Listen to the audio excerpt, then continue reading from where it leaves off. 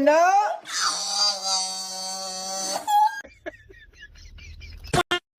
दिल्ली के अंदर water tankers चलते थे। टैंकर माफिया तो अभी भी बहुत प्रेवलेंट कम है। मैं आपको एग्जाम जैसे पहले ऑलमोस्ट 50-60% दिल्ली का पानी टैंकर से जाता था जब मेरी सरकार बनी। अरे साला अलगे फ्रॉड चल रहा है। आज 97% लोगों का पानी पाइपलाइन से जाता है।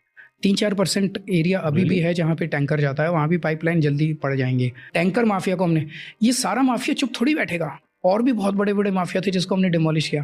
तो ऑब्वियसली जब आप इस रास्ते पे चल रहे हो तो ये तो आपको पूरा सिस्टम आपको क्रश करने में लगा हुआ है। तो बोला टैंकर माफिया, तो मैं इसके ऊपर रिसर्च कर रहा था और मैंने काफ़ी लोगों से बात करी अभी आते टाइम। ज़्यादा लोगों से नहीं बट 10-15 लोगों से मैंने बात करी। वो तो टैंकर माफिया अभी भी बड़ी प्रॉब्लम है। टैंकर्स कई 500 रुपये की जो टैंकर पानी मिलना चाहिए वो 5000 में मिलता है।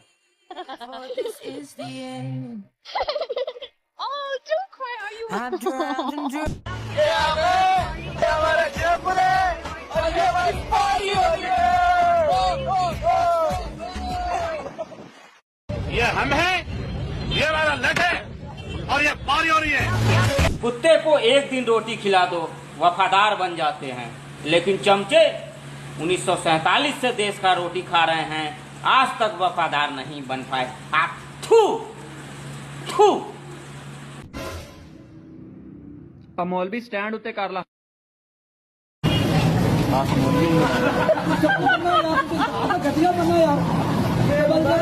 जोर से बोलो। मेरी मुसलमान दोस्तों देखो, सारे बोलो। तुम लोग चाहते हो हम लड़े? हाँ? हिंदू मुस्लिम भाई भाई, this long should be called Hindu होकर भी घर तुमको प्रभु श्री राम नभाते हैं। पता करो क्या घर में तुम्हारे अब्दुल चचा आते हैं।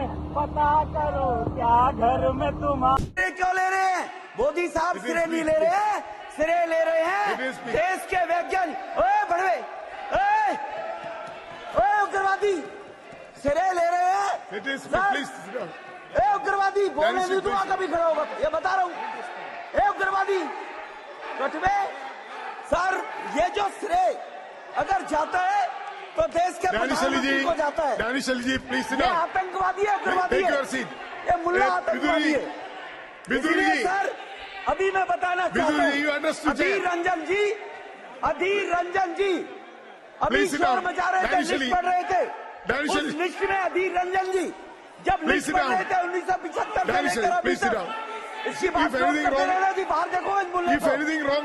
If anything wrong, अभी रोड पढ़ रहे थे सर। इसरो ने Please, you take your वर्ष seat.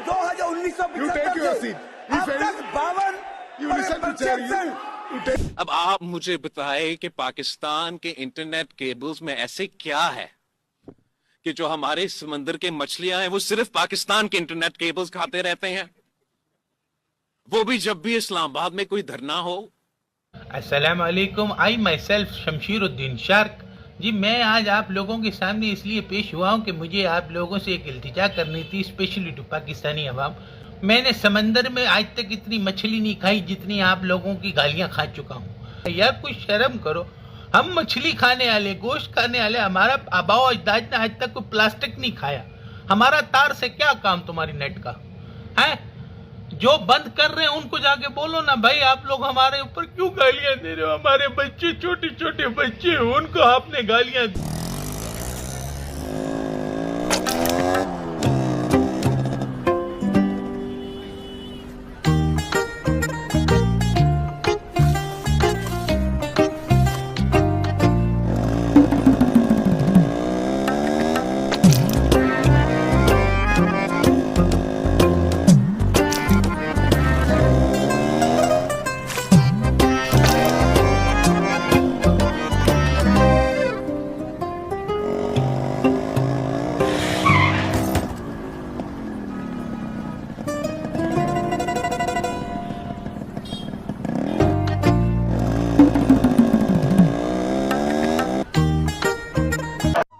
भाई बहुत गलत किया है, जिसने भी किया है बहुत गलत किया है। भला ऐसी एडिटिंग कौन करता है? क्या मिलता है ये सब करके? चंद लाइक कमेंट्स के लिए ये भी नहीं सोचा क्या बीतेगी बंदर के दिल पे? अरे भुलक्कड़, बंदर नहीं, बकरा बोल, बकरा। बात तो सही है। राहुल जी के पास मोटी चमड़ी है और वे अभी विंटर में भी वो टी शर्ट पहन सकते हैं, ये मोटी चमड़ी के कारण। अच्छा ठीक है।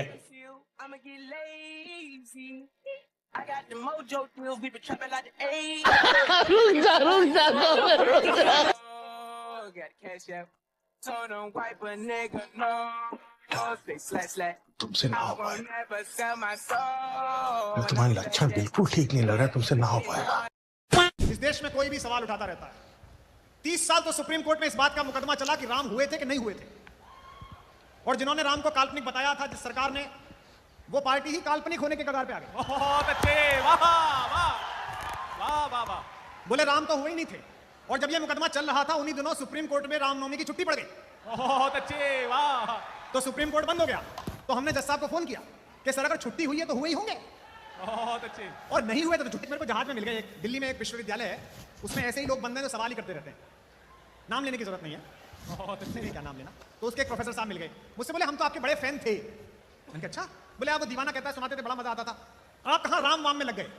तो मैंने कहा राम वाम, मैंने कहा भैया ऐसे नहीं होता है, राम वाम अलग अलग है, राम मैं हूँ वाम तू है, दोनों अलग अलग। बहुत अच्छे, वाह।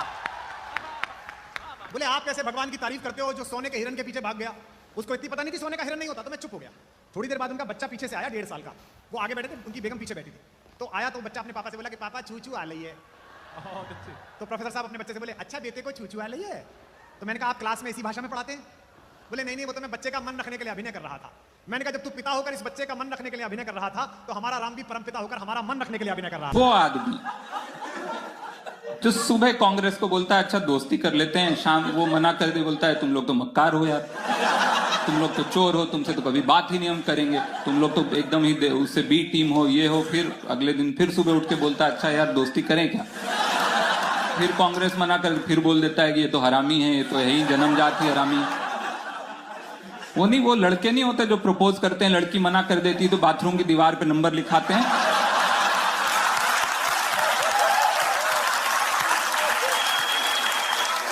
और फिर रात को 2 पैक पीने के बाद फिर कॉल करते हैं, हाँ रितु, नहीं नहीं कुछ नहीं, जानना था, बस जानना था तुम ठीक हो ना।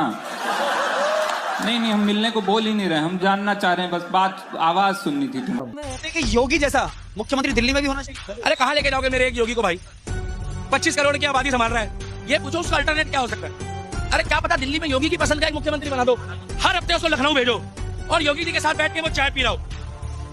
सर 2 पत्थरबाजी हुई है कल, योगी जी क्या कह रहे, उड़ा दो, ठीक है नेक्स्ट। सर 2 बहनों की इज्जत रूबरू हुई है, लपेट दो।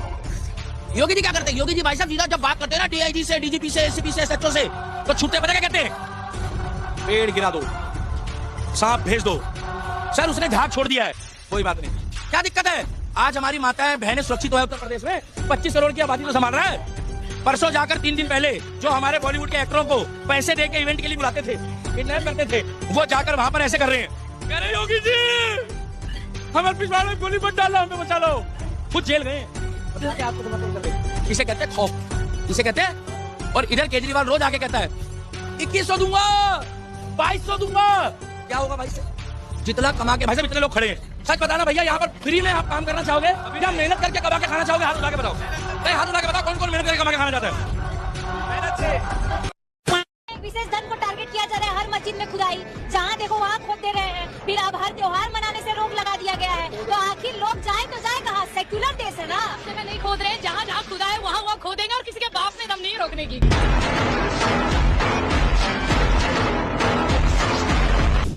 पूरे देश में उनको मैं सबसे भ्रष्ट मिला, प्रधानमंत्री जी को मेरे ऊपर उन्होंने सीबीआई की रेड करा दी। सीबीआई की रेड में उनको 3 मफलर मिले हैं बस। मोदी जी ने मेरे ऊपर सीबीआई की रेड कराई थी, उस रेड में 4 मफलर मिले थे। मेरे घर आए, सारे आए, पुलिस, इतनी पुलिस आई, बेडरूम तक पहुंच गए, बेडरूम भी सारा छान मारा, उनको 10 मफलर मिले अनअकाउंटेड। पुलिस मेरे बेडरूम में गई थी जी, मेरे ऊपर मेरे दफ्तर पे सीबीआई की रेड हुई थी जी, क्या मिला उनको, 11 मफलर मिले जिनका हिसाब किताब। आप कांग्रेस को इतना सीरियसली क्यों लेते हैं, जनता ने लेना बंद कर दिया, आप पत्रकार, कुछ चंद पत्रकार उनको अभी भी सीरियसली लेते हैं। हेलो पापा। हाँ बेटा,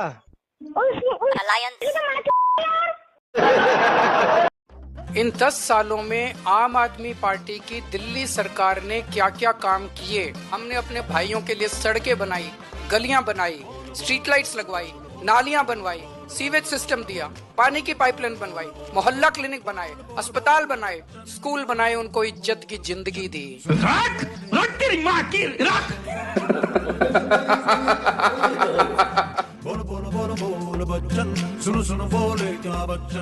ज्ञानवापी जो मस्जिद है वो अकबर के जमाने से भी पहली है।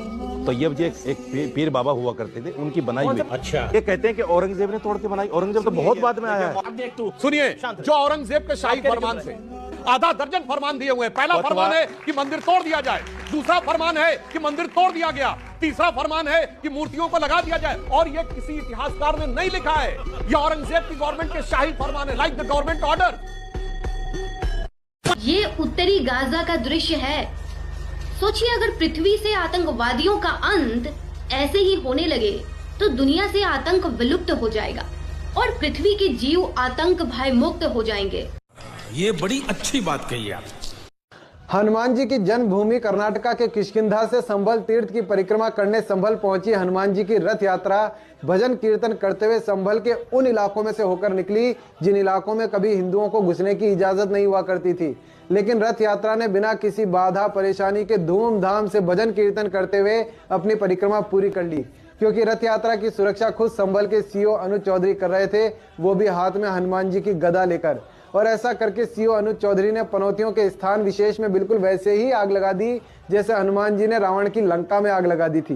ये देखकर अगर आपको खुशी हुई है तो कमेंट बॉक्स में जय बजरंगबली लिखकर पनौतियों के स्थान विशेष की आग को थोड़ा और बढ़ाने के लिए वीडियो को शेयर जरूर कीजिएगा। जय बजरंगबली, जय जय श्री राम।